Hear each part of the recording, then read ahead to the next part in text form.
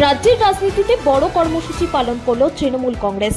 কেন্দ্রীয় সংস্থার অপব্যবহার ও গণতন্ত্র হত্যার অভিযোগে কলকাতায় বিশাল মিছিলের আয়োজন করা হয়।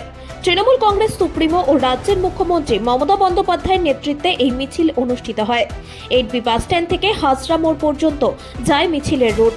দলীয় কর্মী সমর্থকদের ঢল নামে এই কর্মসূচিতে। হাতে দলীয় পতাকা ও প্লে কার্ড নিয়ে কেন্দ্রীয় সরকারের বিরুদ্ধে স্লোগান তোলেন মিছিলকারীরা। মিছিল থেকে কেন্দ্রীয় তদন্তকারী সংস্থাগুলির ভূমিকা নিয়ে তীব্র প্রতিবাদ জানানো হয়। বক্তব্যে বলা হয়, রাজনৈতিক প্রতিহিংসার জন্য কেন্দ্রীয় সংস্থাগুলিকে ব্যবহার করা হচ্ছে। মমতা বন্দ্যোপাধ্যায় তার বক্তব্যে গণতন্ত্র রক্ষার ডাক দেন এবং বিজেপির বিরুদ্ধে সরব হন। তিনি বলেন, মানুষের অধিকার ও ভোটের অধিকার রক্ষার লড়াই চলবে। সন্ধ্যার এই কর্মসূচি ঘিরে গোটা এলাকায় কড়া নিরাপত্তার ব্যবস্থা ছিল। মিছিল শান্তিপূর্ণভাবেই সম্পন্ন হয়। সেই দৃশ্য আপনাদের সামনে তুলে ধরব। তার পাশাপাশি শুনে নেব তৃণমূল কংগ্রেসের নেতৃবৃন্দ কি বলছেন।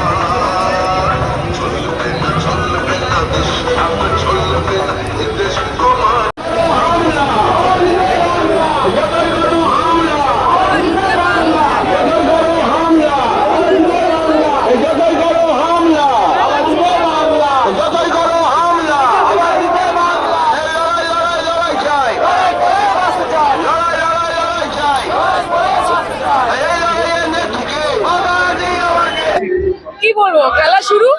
মমতা ব্যানার্জি যখন বলে তখন সবাই শোনে এবং আগামী দিনে যে রেজাল্ট হতে চলেছে মমতা বন্দ্যোপাধ্যায় এবং মামাটি মানুষের ফেভারে, it's going to be a landslide victory and the entire country is going to see that. আপনি একজন এমপি, বহু এমপিকে আজকে প্রতিবাদের সময় চ্যাংদোলা করে নিয়ে গেছে। সিএম নিজে বলেছেন এটা আনকনস্টিটিউশনাল, অগণতান্ত্রিক। বাট তারা যখন এখানে প্রটেস্ট করেন, তারা চান যে সবকিছু যেন তাদের পারমিশন দেওয়া হয়, কিন্তু আপনাদের এমপিদেরকে পারমিশন দেয়নি হোম মিনিস্টারের অফিসের বাইরে প্রটেস্ট করবার জন্য।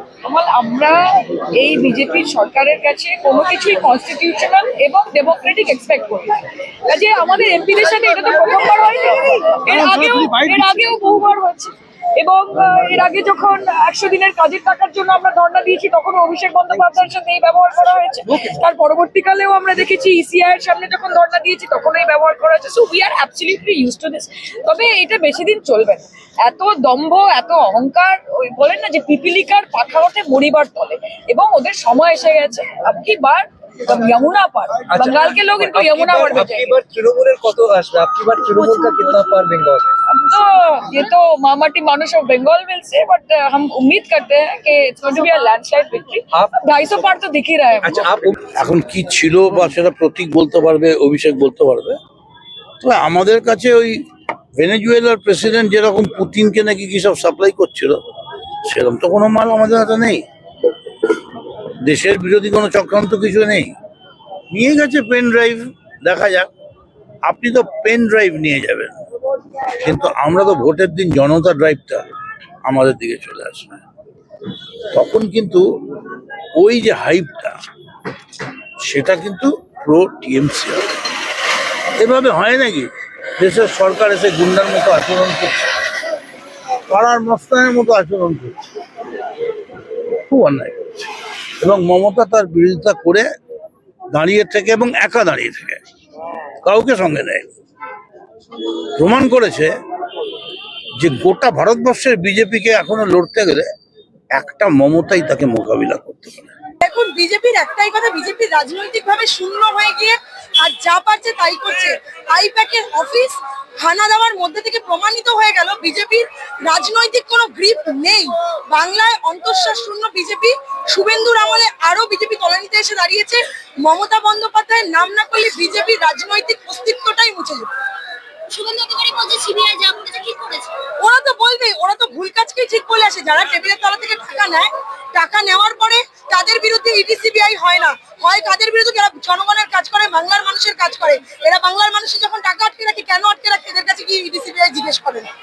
অনেকদিন পর মমতা বন্দ্যোপাধ্যায়কে আবারও দেখুন অগ্নিকন্যাই থাকে সর্বকালের শুনানি করতে আমার অফিসিয়াল আমার দলে খাতাপত্র নিয়ে নেবার অধিকার কোনো সংস্থার আছে? পুলিশের আছে, নোটিশ করবে তো। আর সেখানে কি ইডি কোনো কাগজপত্র ফাইলপত্র নেওয়ার জন্যই গিয়েছিল বেসিক্যালি?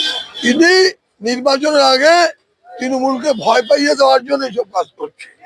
আমাদের কোনো লুকোচুরি নেই। আইপ্যাক রাজনৈতিক পরামর্শদাতা সংস্থা, অন্যান্য রাজনৈতিক দলেরও এই আইপ্যাক কাজ করেছে। 26-এর পর আজকে ইডি আইপ্যাক অভিযোগ হানা দেওয়ার প্রতিবাদে গতকাল রাস্তায় নেমেছেন, কি বলতে চান? এটা তো আপনি দেখতেই পাচ্ছেন চোখের সামনে যে মহাপ্লাবন চলছে।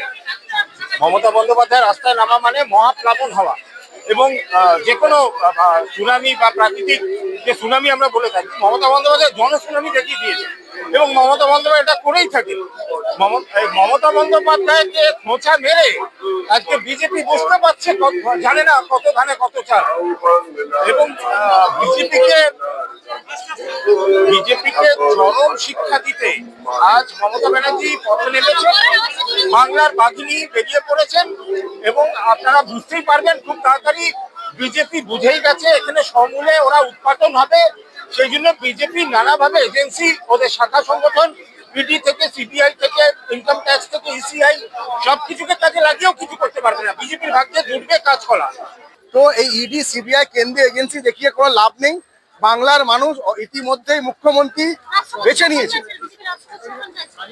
বিজেপি অনেক কিছু চাইবে, বিজেপি এখন অনেক কিছু বিজেপি চাইছে নবান্নের ওই সিটটা থেকে 14 তলায় গিয়ে বসার জন্য। মানে কিভাবে? এরকম ভাবে হবে না। বাংলার মানুষ শিক্ষিত মানুষ, বাংলা রবীন্দ্রনাথের বাংলা, নজরুলের বাংলা, বাংলার মানুষ জানে এটা বাংলা নয়, এটা বিহার নয়, এটা ইউপি নয়। বাংলার মানুষ অলরেডি মমতা বন্দ্যোপাধ্যায়কে 200টা সিট দিয়ে 2026-এ নবান্নেতে বসাবে, এটা আপনারা দেখে রাখুন। আর এটা হচ্ছে